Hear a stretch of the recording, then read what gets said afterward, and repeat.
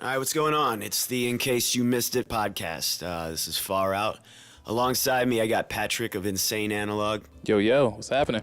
This week, we are going to go over a game called Papo Yo. It was released August 14th, 2012 on PlayStation 3, specifically on the PSN network. It was made recently available on Steam, both PC and Mac, and that's how I get my games. So I was able to check it out. I've never heard of this before, but apparently it was a pretty successful release. Yeah. It did some numbers when it came out on the PS3 originally. Okay. That's what's up. I guess I just wasn't up on that. It fell through the cracks for me. Because you play PC games all the time. Yeah, that's the thing. I wait until the games are like $3, $4, and then I purchase them on Steam. So, yeah, this was a really great game. Just finished this today, actually. I think it takes probably maybe 5 hours, 4 or 5 hours. Yeah, just about, yeah. To finish it off. But wow, the story. And it's a story that's like, it's not even, you don't have to necessarily know what they're saying. It's set in Brazil. And the characters, you know, sometimes the occasional dialogue bubble will come up. And they'll let you know what they're saying. But for the most part, you can follow the story without ever having to see a word of dialogue to know what's going on. One thing that really blew me away about this game is the street art. There's images of birds, lions, portraits. They're either sprayed, drawn, painted on walls through all 5 of the acts. There's 5 acts throughout this game. And it's worth noting, these are actually real works of graffiti, which is, fantastic. Anytime that we can implement one of the tenets of hip-hop in a game, I'm for it. But yeah, as far as what it actually is about, would you like to take this one? Sure, yeah. Basically, it's about a kid named Quico. And it's a metaphor for him and his relationship with his father, who happens to be an alcoholic. And it's super emotional, to say the least, because Quico goes to like this imaginary world, basically, and he has to take care of this monster. This monster is supposed to be his father in a way, but he just so happens to eat this fruit. Correct, Eric? Once he gets a hold of frogs, actually. Frogs. It's frogs. Yeah. Okay, excuse me. Yeah, frogs, and he turns into like this raging beast, and he pretty much tries to kill you, and It's a pretty terrifying experience, because you just imagine that being a grown man treating his child that way. It's pretty heart-wrenching. Yeah, and there's no subtlety when it comes to that aspect of the story. It actually starts out with a heartfelt dedication to his sisters and mother, who also had to deal with his father's anger whenever he got drunk.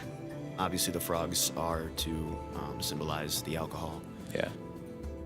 And this game is it's based off. It's based off his actual life. Yeah. The head designer and owner of the studio this was his game, pretty much, him telling his life story. And it's pretty great how they're able to function within this fantasy world that's obviously, made up by a child that is, not able to process how things are happening. So obviously he has to make stuff up. Like his robot comes alive at one point, and it's just a toy of his. He's just, trying to explain in his own mind what's happening when his dad becomes the monster. Yeah. When I first started this game out, I thought it was just going to be, it's like a kind of basic game based on the Unreal Engine. Yeah. But as you get a little further into it, you start to notice you can manipulate the world in certain ways that I've never seen a game do before. Yeah. The physics system is fucking incredible in this game. Yeah. You can. It's good. You can move buildings around. You could you pull on a wire, and all of a sudden, a huge structure will just cut in half. Mm-hmm. Very Inception-like, pretty much. Yeah. How the world bends around. I would definitely say there's a lot of Inception. Actually, the entire landscapes will bend. Yeah. In that movie. So yeah. It's very much like that. Good stuff. Yeah. So one of the reasons I wanted to review this game after playing it just these last couple days is it's actually in that has become one of my top 3 most emotional game experiences. My other 2, I would say, Brothers: A Tale of Two Sons, which is also on Steam. It's another platformer game similar to this one. It's a great game. It talks about dealing with loss, trying to prevent death, and ultimately, having to realize the realities of life. The other one is To the Moon, which is more of a basic 2D RPG game. But is there like any real gameplay in that one, or is it just straightforward? For the most part, To the Moon is one of those games that you play it like a movie almost. Okay, sure. It's it has a lot to do with just finding clues and stuff. So there's like a detective element to it. But for the most part, you play it for the story and realizing what's happening with these people. Cool. What would you say your three most emotional experiences playing games are? Yikes. First off, the Final Fantasy X. That was it didn't hit me so much when I originally played it. I was like, 13 when that game came out.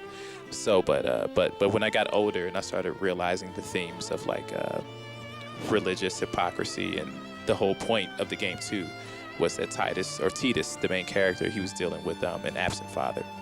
And me, I didn't have my real dad growing up. I had my stepdad, who's my dude, but not having your real father there. And then whenever you do see your father, speak to your father, it's not being a very positive experience. That really resonated with me. So I felt for my man Titus, and I haven't actually had to kill my father to save the world and shit like that. But that's the good thing about not being set in a video game. You don't tend to have to do stuff like that. Yeah, and what about your other two? Metal Gear Solid 4. Just for the reason I idolize Solid Snake. That dude's my fucking, he's my hero. Like him and Malcolm X, boom. But there's a scene in that game where it actually flashes back to Metal Gear Solid 1, which is my favorite game of all time. And it was like, I grew up with this series. Like, I played every single one. Like, I probably played Metal Gear when I was like 10 for the first time. The PlayStation demo discs, just played that demo over and over again. And I came up with that game, man. Like, I grew up with Solid Snake. I watched him go from like being this soldier to like this old man who's gonna die. It was terrible. Yeah. And then the other one, Persona 3, Japanese RPG that I have like 111 hours on. Jeez, dog, is epic. But no, something happened in that game. I can't say what, but I have never gotten so upset at a game that I almost stopped playing it. Major plot point. Huh? Major twist on the plot point. Yeah, something happened. Yeah. I'm not gonna say, because everyone needs to play this game. Trust me, you always yourself to play it.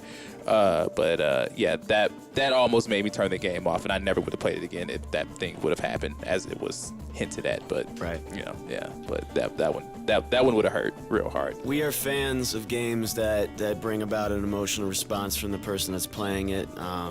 Emotions in a game, you don't tend to think that that's going to be something that comes out of it. So when it does happen, I always appreciate it. Very much so. You want from art, you want to get some sort of response from whoever's playing it or listening or watching, reading, whatever. Right.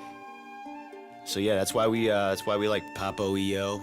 If you got it, play it again. If you don't have it, it's like $3 on Steam right now. It's on sale, so maybe by the time you're watching this, it'll be full price again, but shit, it's worth it full price. Yeah, go ahead and support those guys. Such a beautiful game. So that's been the podcast for today. Thank you for listening. Like and subscribe. We also have a new release from Insane Analog. You gotta pick that up. The EP, self-titled EP. Yeah, Volume 1, Insane Analog Volume 1. So check that out. As always, check out the new Indie Ground releases. We're always coming out with new stuff. IndieGround.com. Thanks for listening. Appreciate it. Peace.